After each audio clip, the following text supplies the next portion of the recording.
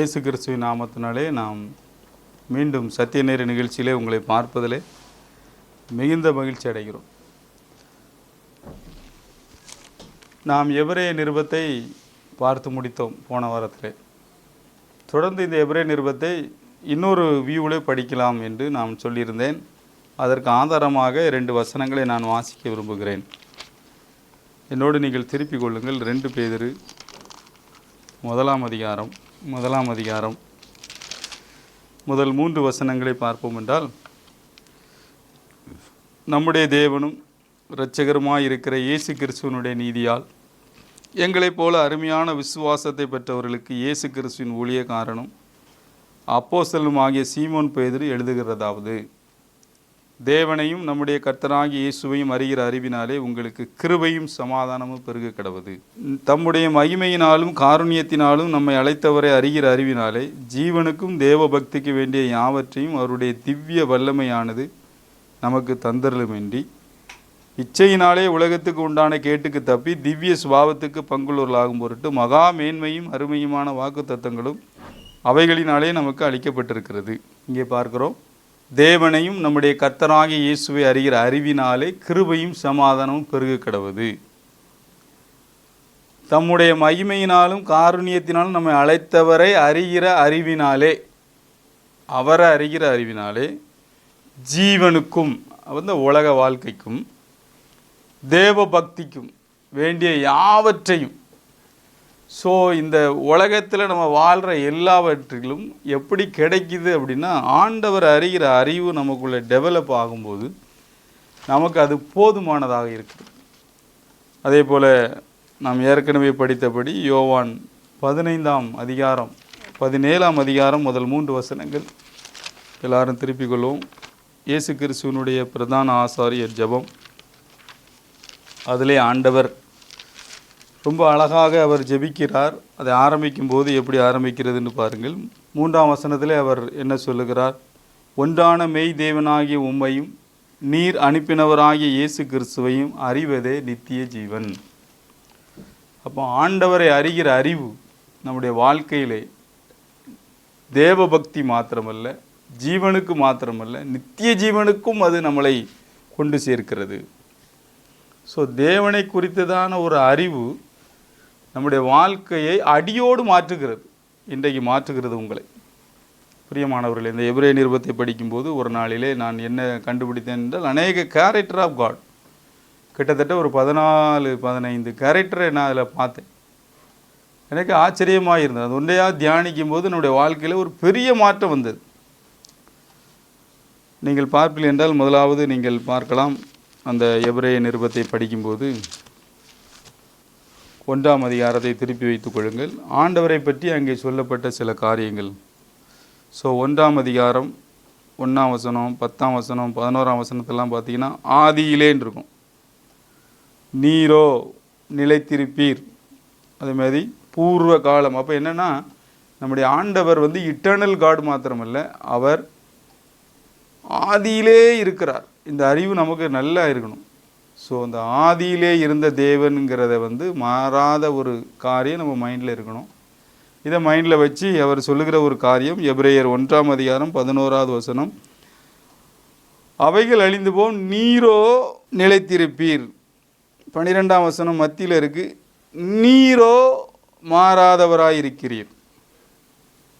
அப்போ நம்முடைய ஆண்டவர் மாறாதவர். இந்த அறிவு நமக்குள்ளே வரணும். இந்த அறிவு நமக்குள்ளே வந்துட்டுன்னா நம்ம வாழ்க்கையில் நிறைய காரியங்களே சேஞ்ச் வரும். எப்படி வரும்? அவர் மாறாதவர், அவருடைய வார்த்தையும் மாறாது. இதை நீங்கள் திரும்ப திரும்ப திங்க் பண்ணணும். அவர் மாறாதவர், இந்த வார்த்தையும் மாறாதது. வார்த்தை என்ன சொல்லுது? இது தேவனுடைய வார்த்தை, இது அப்படியே எனக்கு நிறைவேறும். என்ன சொல்லுது? ஒரு நன்மையும் குறைவுபடாது அப்படி சொல்லியிருக்கு. அப்போ எனக்கு என் வாழ்க்கை அந்த வசனத்துக்கு அப்படியே என்னை கொண்டு போகுது. ஏனென்றால் வார்த்தை மாறாது. ஏனென்றால் அவர் மாறாதவர். அவர் என்ன சொன்னாரோ அதை ஒரு நாளும் மாற்றியே பேச மாட்டார். இது என்னுடைய வாழ்க்கையை மாற்றுகிறது. என்னையும் அவரோடு ஒரு நிலைத்தன்மைக்கு கொண்டு வருகிறது. அவர் மாறாதவர். அவர் மாறாதவர். நீங்கள் கொஞ்ச நேரம் இதை திங்க் பண்ணி பாருங்கள். அவர் மாறாதவர் மாத்திரமல்ல, ஒன்று சொல்லிட்டு அதிலே அவர் அப்படி நிற்கிறவர். தம்முடைய வார்த்தையை அவர் மாற்றி மாற்றி பேசுகிற ஆண்டவரே கிடையாது. எந்த அளவுக்கு நீங்கள் இதை உங்கள் மைண்டில் உள்வாங்குகிறீங்களோ அந்த அளவுக்கு உங்கள் லைஃப்பில் ஒரு பெரிய மாற்றம் உண்டாகும்.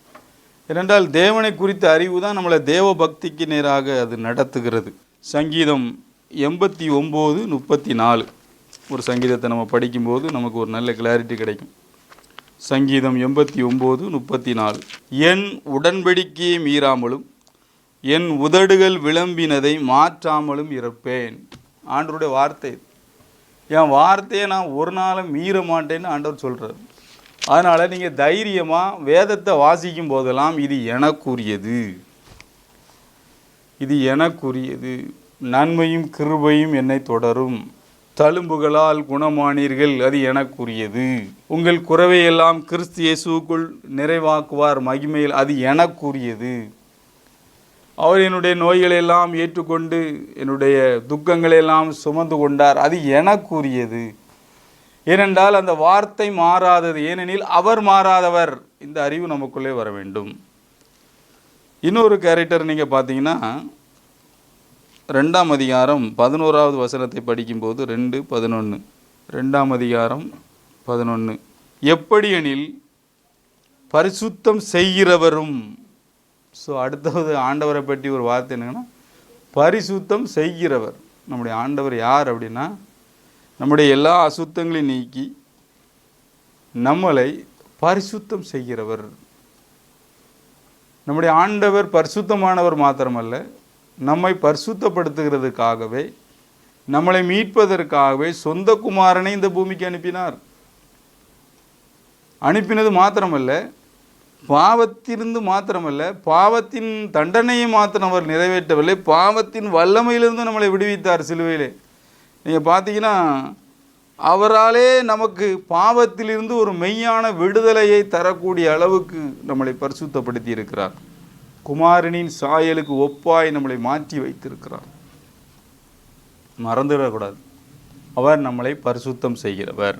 இன்னொரு காரியத்தை பார்க்கலாம். 5ஆம் அதிகாரம் 7வது வசனம் 5:7 அவர் மாம்சத்திலிருந்து நாட்களில் தம்மை மரணத்தினின்று ரட்சிக்க வல்லமை, அதை அண்டர்லைன் பண்ணிங்க, மரணத்தினின்று ரட்சிக்க வல்லமை உள்ளவர். கொஞ்சம் அதை திங்க் பண்ணி பாருங்கள். ஒருவேளை நீங்கள் படுக்கையில் இருக்கலாம், கர்த்தருடைய வார்த்தை உங்களுக்கு நோக்கி வருது. ஆண்டவர் யார் அப்படின்னா மரணத்திலிருந்து ரட்சிக்க வல்லமை உள்ளவர். இந்த வார்த்தை உங்களை விடுதலை செய்யும். ஏனென்றால் மரணத்துக்கு அதிகாரியாகிய பிசாசானவனை தம்முடைய மரணத்தினாலே இயேசு கிறிஸ்து க்ளோஸ் பண்ணிட்டார். மரண பயத்திலிருந்து நம்மளை விடுதலையாக்கும்படி, யாவரையும் விடுதலையாக்கும்படி அப்படியானார். ஸோ மரணம் அவருடைய அனுமதி இல்லாமல் நம்முடைய வாழ்க்கையில் வராது. ஏனென்றால் மரணத்துக்கும் பாதாளத்துக்கும் உள்ள திறவுகள் இப்போ இயேசு கிறிஸ்து கையில் இருக்கு. ஆண்டவருடைய அனுமதி இல்லாமல் என் வாழ்க்கையில் அது வரவே வராதுங்கிற மைண்ட் தாட் உங்களுக்குள்ளே வரணும். ஆண்டவர் உங்களை அதிலிருந்து விடுவிக்கிறதில் உண்மையுள்ளவராக இருக்கிற என்னை அவர் விடுவித்திருக்கிறார், உங்களையும் அவர் விடுவிப்பார். மரணத்தினின்று ரட்சிக்க வல்லவர். வியாதி வரும்போது உடனே நமக்கு அந்த மரண பயம்தான் வரும். ஆனால் உங்கள் மைண்டில் சொல்லணும், தேவ அனுமதி இல்லாமல் என்னை யாரும் தொட முடியாது, நான் தேவனுடைய பிள்ளை. அதில் ஒரு மாறாத நிச்சயம் வேணும். ஏனென்றால் அவர் மரணத்திலிருந்து ரட்சிக்க வல்லமை உள்ளவர். இன்னொரு முக்கியமான கேரக்டர் இந்த எபிரேய ஆக்கியோன் எழுதுகிறார். எபிரேயர் 10:31 4:12 12:22. எபிரேயர் 10:31 பார்த்தீங்க அப்படின்னா ஜீவனுள்ள தேவன். பழைய ஏற்பாட்டிலும் அதிகமாக இதை தாவீது பயன்படுத்துவார். ஜீவனுள்ள தேவனை நிந்திப்பதற்கு இந்த விருத்த சேதனம் இல்லாத பெலிஸ்தீனியம் மாத்திரம். ஸோ லிவிங் காட் நம்ம சொல்கிறோம்ல, டிவியில் லைவில் வருது அப்படி ப்ரோக்ராம். ஆண்டவர் இப்போ லைவில் இருக்கார், இன்றைக்கும் இருக்கிறார். ஒரு நாள் ஆண்டவரை பார்த்து கேட்பாங்க, இயேசு கிறிஸ்துவை பார்த்து, ஒருத்தனுக்கு 7 பேர் இருந்தாங்க, மனைவி மூத்தவனுக்கு கட்டி அவன் இறந்து போயிட்டான், தம்பி கட்டி 7 பேரும் இறந்து போயிட்டாங்க. உயிர் தெழும்போது 7 பேருக்கும் அவள் எப்படி யாருக்கும் மனைவியாக இருப்பார்கள்? ரொம்ப கிளவராக கேட்குற மாதிரி ஆண்டவர்கிட்ட கேட்டுக்கொண்டிருந்தார். அவர் ஒருவேளை சிரிச்சிருப்பார். அப்போ அவர் சொல்லுவார், நீங்கள் வேத வார்த்தைகள், அதாவது வேத வாக்கியங்களையும் தேவனுடைய வல்லமையும் தப்பான ஒரு எண்ணம் இருக்குப்பா உங்களுக்கு அப்படிம்பார். சொல்லிட்டு சொல்லுவார், மோசேயின் வாசகத்தில் நீங்கள் கேள்விப்படலையா? அவர் ஆபிரகாமின் தேவன், ஈசாக்கின் தேவன், அவர் யாக்கோபின் தேவன். அவர் செத்து போன ஆளுக்கு தேவன் இல்லைப்பா, அவங்க இன்னும் உயிரோடு இருக்காங்க. அல்லேலூயா. ஆண்டவர் ஜீவிக்கிறவர். செவுட்டில் அடித்த மாதிரி அவர் சொல்லுவார், அவர் ஜீவிக்கிறார். ஆபிரகாம் இன்னைக்கு இருக்கான். லாசருமே ஆபிரகாம் மடியில் உட்கார்ந்துருந்தான். ஆபிரகாம், ஈசாக்கு, யாக்கோவோடு எல்லாரும் பந்தி இருப்பார்கள். இயேசு கிறிஸ்து தான் அங்கேருந்து இங்கே வந்து எல்லாத்தையும் இதை சொல்லுகிறார். பிரியமானவர்களே, இன்னைக்கு சோர்ந்து போயிருக்கலாம். இன்னைக்கு கர்த்தருடைய வார்த்தை உங்களை நோக்கி வருகிறது. அவர் ஜீவனுள்ள தேவன். எவரை ஆக்கியோன் அதை முன்வைக்கிறார். ஜீவனுள்ள தேவன், மரித்தோரை உயிர்ப்பிக்கிற தேவன் மாத்திரமல்ல, அவர் ஜீவனுள்ள தேவன். நம்முடைய வாழ்க்கையிலே எவ்வளவு பெரிய வீழ்ச்சியில் நாம் இருந்தாலும் நாம் தூக்கி விடுவதற்கு அவர் ஜீவனுள்ள தேவனாயிருக்கிறார். அடுத்தாப்புல ஒன்று பார்க்கலாம். எபிரேயர் 6ஆம் அதிகாரம் 10வது வசனம். எபிரேயர் 6:10. ஏனென்றால் உங்கள் கிரியைகளையும் நீங்கள் பரிசுத்தவான்களுக்கு ஊழியம் செய்தினால் செய்து வருகிறதுனாலும் தமது நாமத்திற்காக காண்பித்த அன்புள்ள பிரயாசத்தை மறந்து விடுவதற்கு தேவன் அநீதியுள்ளவர் அல்லவே. தேவன் அநீதியுள்ளவர் அல்லவே. அவர் நீதியுள்ள ஆண்டவர். அது ஆப்போசிட்டில் சொல்லியிருக்கு. நீங்கள் ஆண்டவருக்காக பிரயாசப்பட்டது. சில இடங்களில் நீங்கள் பார்த்தீங்கன்னா உபதேசியாராக இருந்திருப்பாங்க, அல்லது ஒரு ஊழியருக்கு உடன் ஊழியராக இருந்திருப்பாங்க. இந்த உபதேசியராக இருக்கிறதுனால குடும்பங்களில் பார்த்தீங்கன்னா டெய்லி அந்த சர்வீஸ் நடத்தியிருப்பாங்க. 5 வருஷம், 10 வருஷம், 15 வருஷம் காலையிலையும் சாயங்காலம் ஜெபம் நடத்தி ஒரு காலகட்டத்தில் சில மனத்தாங்கலினால் அந்த ஆலயத்தை விட்டு வெளியே வந்திருப்பாங்க. அதனால் ஆண்டவரே போதண்டும் சிலவங்க முடிவு பண்ணியிருந்தாங்க. இன்றைக்கி உங்களுக்கு ஒரு நல்ல செய்தி. உங்கள் கிரியைகளையும் நீங்கள் பரிசுத்தவான்களுக்கு ஊழியம் செய்தினால் செய்து வருகிறதினாலும் தமது நாமத்திற்கு காண்பித்த அன்புள்ள பிரயாசத்தையும் மறந்து விடுவதற்கு தேவன் அநீதியுள்ளவர் அல்லவே. ஒரு கலசம் தண்ணீர் கொடுத்தா கூட அதனுடைய பலனை அடைவான் என்று வேதம் சொல்லுது. மாறாத வேதம். அவர் மாறாதவர். இன்றைக்கி நீங்கள் நல்லா ஞாபகம் வச்சுக்கிடுங்க. நீங்கள் எல்லா கசப்புல இருந்தும் இயேசுவின் நாமத்தினால் வெளியே வாங்க. சோர்வுலேருந்து வெளியே வாங்க. ஆண்டவருக்கு ஊழியம் செய்ததுனால அவர் ஒரு நாளும் யாரையும் வெட்கப்படுத்தினதும் கிடையாது, பதில் செய்யாமல் இருந்ததே கிடையாது. உங்கள் பிள்ளைகளை ஆண்டவர் ஆசீர்வதிப்பார். எந்த ஒரு உபதேசியார் பிள்ளைகளும், எந்த ஒரு குருவானவர் பிள்ளைகளும் சோடை போனதாக நாம் பார்க்கவே முடியாது. தேவனுக்கு உண்மையாய் ஊழியம் செய்த ஒவ்வொரு ஊழியர்களுடைய பிள்ளைகளை ஆண்டவர் ஒரு நாளும் கைவிட்டதே கிடையாது. ஏனென்றால் இதில் தெளிவாக எழுதியிருக்கு, தமது நாமத்திற்காக காண்பித்த அன்புள்ள பிரயாசம். சில ஆலயங்களில் நம்ம பார்க்குறோம், உண்மையாக அந்த ஆலயத்தை நேசித்து கமிட்டியிலேருந்து நிறைய காரியங்களை லே பீப்புள் செஞ்சுருப்பாங்க. ஆனால் அடுத்த கமிட்டி வரும்போது அவங்கள எந்த காரணமின்றி தூக்கி வெளியே வச்சுருவாங்க. அதனால் அவர் மனம் அடைஞ்சி எதுவுமே செயல்படாமல் அவருடைய தாளந்து கிருபை வரம் எல்லாத்தையும் அப்படியே மூட்டை கடிச்சு போன ஆண்டவருக்கு கண்டு இல்லையான்னு சொல்லி ஒரு மூலையில் உட்காந்துருவாங்க. பிரதர், உங்களுக்கு தான் இந்த செய்தி. நல்ல ஞாபகம் வச்சுக்கிடுங்க. தமது நாமத்திற்காக காண்பித்த அன்புள்ள பிரயாசத்தை மறந்து விடுவதற்கு தேவன் அநீதியுள்ளவர் அல்லவே. இதான் இந்த தேவனை அறிகிற அறிவு. இதுதான் நம்மளை வார்ம் பண்ணும். ஒருவேளை மனுஷன் நம்மளை தூக்கி துறப்படலாம், ஆண்டவர் கைவிட மாட்டார். உங்கள் பிள்ளைகளை ஆசீர்வதிப்பார். நீங்கள் எந்த இடத்துல வெட்கப்பட்டீங்களோ அந்த இடத்துல அவரே கொண்டு வருவார். அல்லனா அதை தாண்டி இன்னொரு காரியத்திற்காக உங்களை ட்ரெயினப் பண்ணுறாரு. ஏனென்றால் ஒரு நாளும் அவர் கைவிடாத தேவன். நான் உன்னை விட்டு விலகுவதும் இல்லை, உன்னை கைவிடுவதும் இல்லை. மனிதன் தான் அதை செய்வான், தேவன் அதை செய்வதே இல்லை. ஏனென்றால் அவர் அநீதியுள்ளவர் அல்லவே. தெளிவாக இந்த வார்த்தைகள் நம்மளை நோக்கி வருகிறது. அவர் அநீதியுள்ள தெய்வம் கிடையாது. நம்முடைய பிரயாசத்தை அறிந்திருக்கிறார். நீங்கள் வெளிப்படுத்தல் 2ஆம் அதிகாரம் 3ஆம் அதிகாரத்தை படித்து பார்த்தீங்கன்னா 7 சபையில் நான் அறிந்திருக்கிறேன் உன் பிரயாசத்தை, நீ என்னெல்லாம் செஞ்சாப்பா, எனக்கு எல்லாம் தெரியும் அப்படிங்கிறார் ஆண்டவர். அவருக்கு எல்லாம் தெரியும், அநீதியுள்ளவர் அல்லவே. அடுத்தாப்புல நீங்கள் பார்த்தீங்கன்னா 6ஆம் அதிகாரம் 18வது வசனத்தில் பார்த்தீங்கன்னா பயங்கரமான ஒரு வசனம், என்னை அடிக்கடி தூக்கி விட்ட ஒரு வசனம் இதான். நமக்கு முன் வைக்கப்பட்ட நம்பிக்கையை பற்றி கொள்ளும்படி அடைக்கலமாய் ஓடி வந்த நமக்கு 2 மாறாத விசேஷங்களினால் நிறைந்த ஆறுதல் உண்டாகும்படிக்கு எவ்வளவேனும் பொய்யுரையாத தேவன் அப்படி செய்தார். எவ்வளவேனும் பொய்யுரையாத தேவன், இதான் தேவனை குறித்த அறிவு நமக்குள்ள டெவலப் ஆகணும்.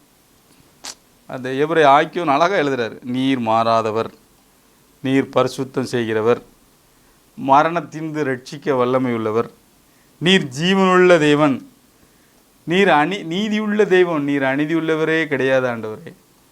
இப்போ சொல்கிறாரு, எவ்வளவேனும் பொய்யுரையாத தேவன் சொல்கிறார். அப்படி எவ்வளவேனும் பொய்யுரையாத தேவன். ஆண்டவருடைய வார்த்தை இன்றும் அது உண்மை உள்ளது, அதில் பொய்யே கிடையாது. பிசாசு தான் பொய் சொல்கிறான். என்ன சொல்கிறான்? வியாதி, தேவ சித்தம், அது ஒரு பொய். ஆண்டவர் சொல்றாரு, நானே உன் பரிகாரியாய கர்த்தர், அவர் உன் அக்கிரமங்களை எல்லாம் மன்னித்து உன் நோய்களை குணமாக்கி.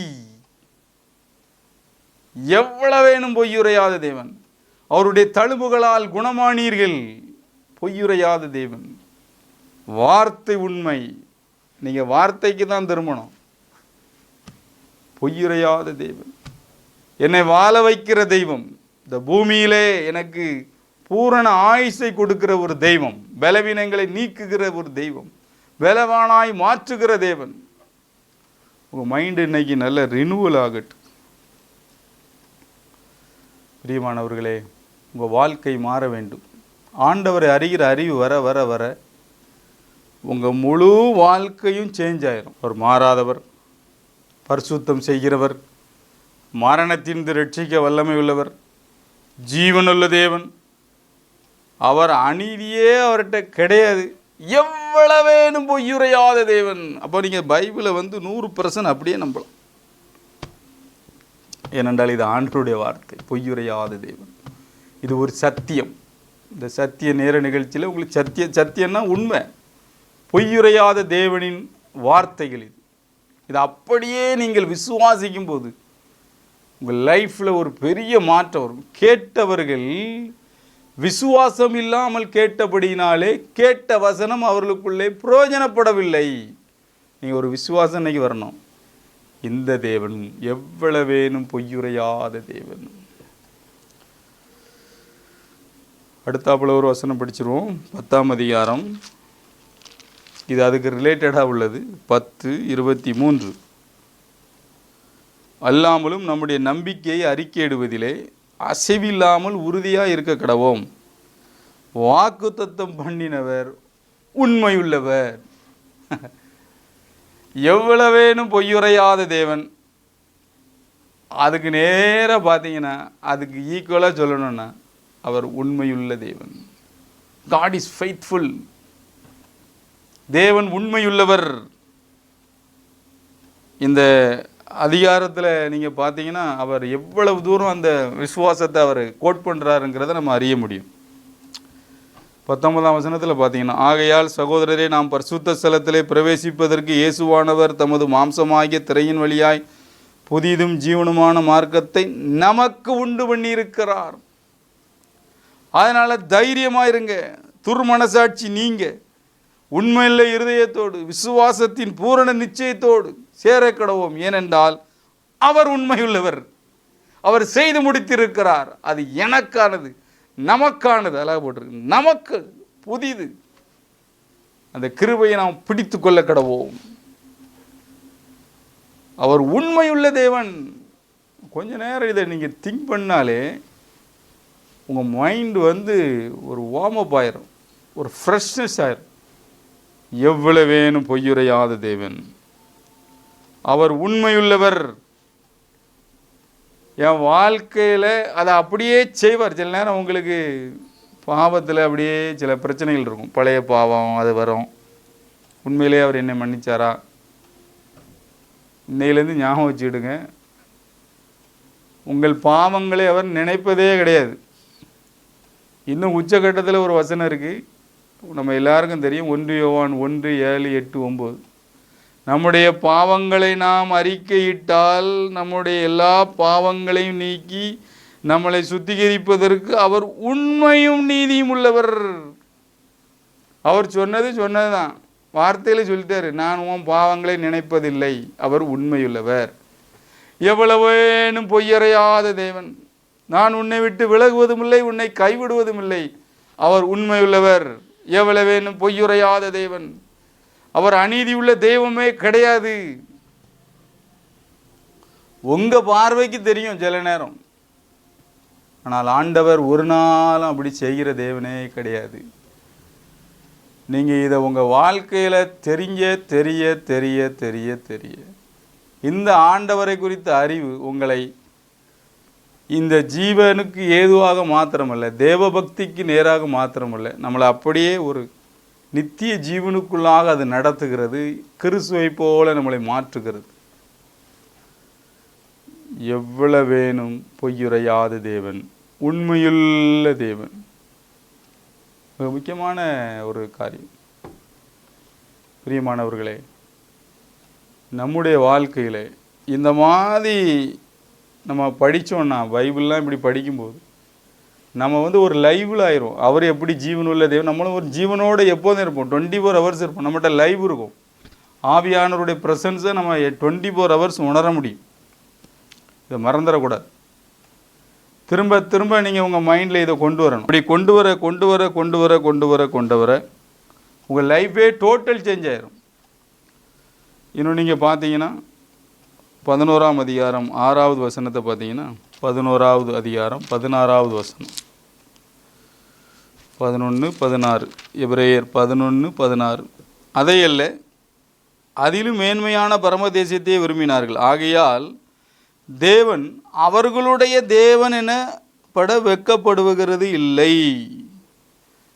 தேவன் அவர்களுடைய தேவன் என்று சொல்ல அது என்னது அப்படின்னு மேலே நீங்கள் பார்த்தீங்க அப்படின்னா, நான் ஆபிரகாமின் தேவனும் ஈசாக்கின் தேவனும் யாக்கோபின் தேவன் என்று சொல்ல அவர் வெட்கப்படுறதே இல்லையா? இதை என்னைக்கா திங்க் பண்ணியிருக்கீங்களா? ஆபிரகாமின் தேவன், ஈசாக்கின் தேவன், ரெண்டும் ஓகே. யாக்கோபுன்னா அவன் நான் எத்தனின் தேவன் கேட்கிறான். வெட்கப்படவே இல்லை. ஏனென்றால் அவன் மனம் மாறின பின்பு அவனை ஆண்டவர் ஆசீர்வதித்தார். அப்போ இஸ்ரவேலின் தேவனாய் அவனை சொல்லியிருக்கணும். அவர் சொல்கிறார், அவரான் தேவன் தான்ப்பா, நான் ஈசாக்கின் தேவன் தான், தாவீதின் குமாரன் தான் இயேசு கிறிஸ்து சொல்ல வெட்கப்படுறதே இல்லை. ஏன்? அவர் என்னை நேசிக்கிறார், நம்மளை நேசிக்கிறார், மனிதர்களை அவர் நேசிக்கிறார். தேவன் மெய்யாகவே ஜனங்களை நேசிக்கிறார். இதை மறந்துடவே கூடாது. தேவன் மெய்யாகவே நம்மை நேசிக்கிறார். உங்களை எல்லாரையும் அவர் நேசிக்கிறார். வெட்கப்படவே இல்லை. அவர்களுடைய தேவன் அப்படின்ட்டு சொல்லி எவ்வளோ நல்ல ஆண்டவர் பாருங்கள், கிருபையுள்ள ஆண்டவர். நாம தான் அவரை சரியாக புரிஞ்சுக்கிடல. ஆண்டவர் நீங்கள் என்ன நிலைமையில் இருந்தாலும் அவர் உங்களை நேசிக்கிறார். அவர் உங்களை நேசிக்கிறார். தேவன் அவர்களுடைய தேவன் என்று சொல்ல வெட்கப்படவில்லை. இன்னும் நீங்கள் பார்த்தீங்கன்னா 12ஆம் அதிகாரம் 29வது வசனம், 12:29, நம்முடைய தேவன் பட்சிக்கிற அக்னியாக இருக்கிறாரே. ஸோ கன்சியூமிங் ஃபயர் அப்படின்னா என்ன அர்த்தம்? நம்மகிட்ட தேவையில்லாத காரியங்களை அவர் நினைஞ்சாரு, எடுத்துருந்தாரு. 13ஆம் அதிகாரம் 20வது வசனம், நித்திய உடன்படிக்கையின் இரத்தத்தினாலே ஆடுகளுடைய பெரிய மேய்ப்பரான நம்முடைய கர்த்தராக இயேசுவை மரித்தொழுந்தி எரிப்பன சமாதானத்தின் தேவன். அந்த தேவனை கும்பிடுறனா சமாதான பாத்திரமானாக தான் இருக்க முடியும், சமாதானத்தின் புத்திரனாக தான் இருக்க முடியும். பிரியமானவர்களே, இப்படி தேவனை அறிகிற அறிவு நம்முடைய வாழ்க்கையில் அடியோடு சகலவிதமான காரியங்களை மாற்றிடும். இன்னும் பார்த்தீங்கன்னா எபிரேயர் 12:6, எபிரேயர் 12:6-7, எவனிடத்தில் அன்பு கூறுகிறாரோ அவனை அவர் சிச்சித்துன்னு போட்டு 7ஆம் வசனத்தில் போட்டிருக்கு, தகப்பன் சிச்சியாத புத்திரன் உண்டோ. சிச்சைன்னா அப்போதே பார்த்தோம், நல்ல வார்த்தைகளை சொல்லி கண்டனமான வார்த்தைகளை சொல்லி நம்மளை கரெக்ட் பண்ணுறது, டிசிப்ளின் பண்ணுறது. அப்போ தேவன் நம்முடைய தகப்பனாக இருக்கிறார். நீங்கள் எல்லாத்தையும் பார்த்தீங்கன்னா இது வந்து ஹைலைட். இயேசு கிறிஸ்து இந்த பூமிக்கு வந்தோடனே எதான் சொல்லிக் கொடுப்பாரு, உங்கள் பரமபிதா. காகங்களுக்கு சாப்பாடு போடுறவர் உங்களுக்கு போட மாட்டாரா? அந்த காக்காவுக்கு ஸ்டோர் ஹவுஸ் கிடையாது, ஏடிஎம் கார்டு கிடையாது, அந்த காக்காவுக்கு சோறு போடுற ஆண்டவர் உங்களுக்கு தரமாட்டாரா அப்படின்னு தான் அவர் சொல்லுவார், உங்கள் பரமபிதா. அப்போ நமக்கு ஒரு பரமபிதா இருக்கிறார், நமக்கு ஒரு தகப்பன் இருக்கிறார். இந்த அறிவு நம்மளை ஆள்கொள்ளும்போது கவலை வெளியே போயிடும். அப்போ எனக்கு வேலை தருவார், என் பிள்ளைகளை நடத்துவார், என்னுடைய காரியங்களை சரி பண்ணிடுவார், அவர் என்னுடைய தகப்பன். இந்த விசுவாசம் நமக்குள்ளே வரணும். இதுதான் ஃபெய்த். பரமண்டலங்களுக்கு எங்கள் பிதாவே, என்னென்னா சர்வத்தையும் ஆளுகிற எங்கள் ஆண்டவரே, நீர் என்னுடைய சொந்த தந்தை. ஸோ இதை நம்ம மறந்துடவே கூடாது. ஸோ அவர் என்னுடைய தகப்பனாக இருக்கிறார், எனக்கு எல்லாவற்றையும் செய்வார். அது மாத்திரமல்ல, எபிரேயர் 12ஆம் அதிகாரம் 25வது வசனத்தில் பரலோகத்திலிருந்து பேசுகிறவரை நாம் அப்படின்னு போட்டிருக்கோம். அப்போ அவர் பேசுகிறார். இன்றும் பரலோகத்திலிருந்து எப்படி பேசுகிறாருன்னா தம்முடைய வார்த்தையின் மூலம் பேசி கொண்டிருக்கிறார். ஆவியானவர் மூலம் நம்முடைய ஆவியிலே பேசுகிறார். இப்படிப்பட்ட செய்தி சொல்லும்போது இந்த செய்தி இந்த தேவன் வார்த்தையின் மூலம் உங்களோடு பேசுகிற ஆண்டவர், ஜீவிக்கிற ஆண்டவர், உயிருள்ள ஆண்டவர், ஜீவனுள்ள ஆண்டவர். இப்படி நாம் ஆண்டவரை அறிய நம்முடைய வாழ்க்கையில டோட்டல் சேஞ்சுக்கு நம்ம வந்துடுறோம். கண்களை மூடி ஜெபிப்போமா? நல்ல பிதாவே, உமக்கு நன்றி. எபிரேய நிருபத்திலிருந்து நாங்கள் அநேக காரியங்களை பார்த்தோம் ஆண்டவரே. ஆண்டவரே, உண்மை அறிகிற அறிவு எங்களுக்குள்ளே டெவலப் ஆகிறபடினாலே நன்றி ஆண்டவரே. அந்த அறிவு கெட்டாத இந்த அன்பு எங்களை ஆளுகை செய்கிறது மாத்திரமல்ல, உங்களுடைய அன்பிலே எங்களை விருத்தி அடைய பண்ணுகிறபடினாலே நன்றி ஆண்டவரே. இது ஜீவபக்தி, தேவ பக்திக்கும் ஜீவனுக்கும் எங்களுக்கு பிரயோஜனமாக இருக்கிறபடினாலே நன்றி. இப்படி நாங்கள் உண்மை அறிகிற அறிவிலே எங்களை விருத்தியடைய பண்ணுகிறீரே, நாங்கள் உமக்கு நன்றி சொல்லுகிறோம் ஆண்டவரே. இதை கேட்டுக்கொண்டிருந்த ஒவ்வொருவரும் உண்மை அறிகிற அறிவிலே விருத்தி அடைகிறபடினாலே நன்றி ஆண்டவரே. எல்லா கணத்தையும் மகிமையும் உமக்கே செலுத்துகிறோம். இயேசு கிறிஸ்து மூலம் வேண்டுகிறோம் நல்ல பிதாவே, ஆமேன்.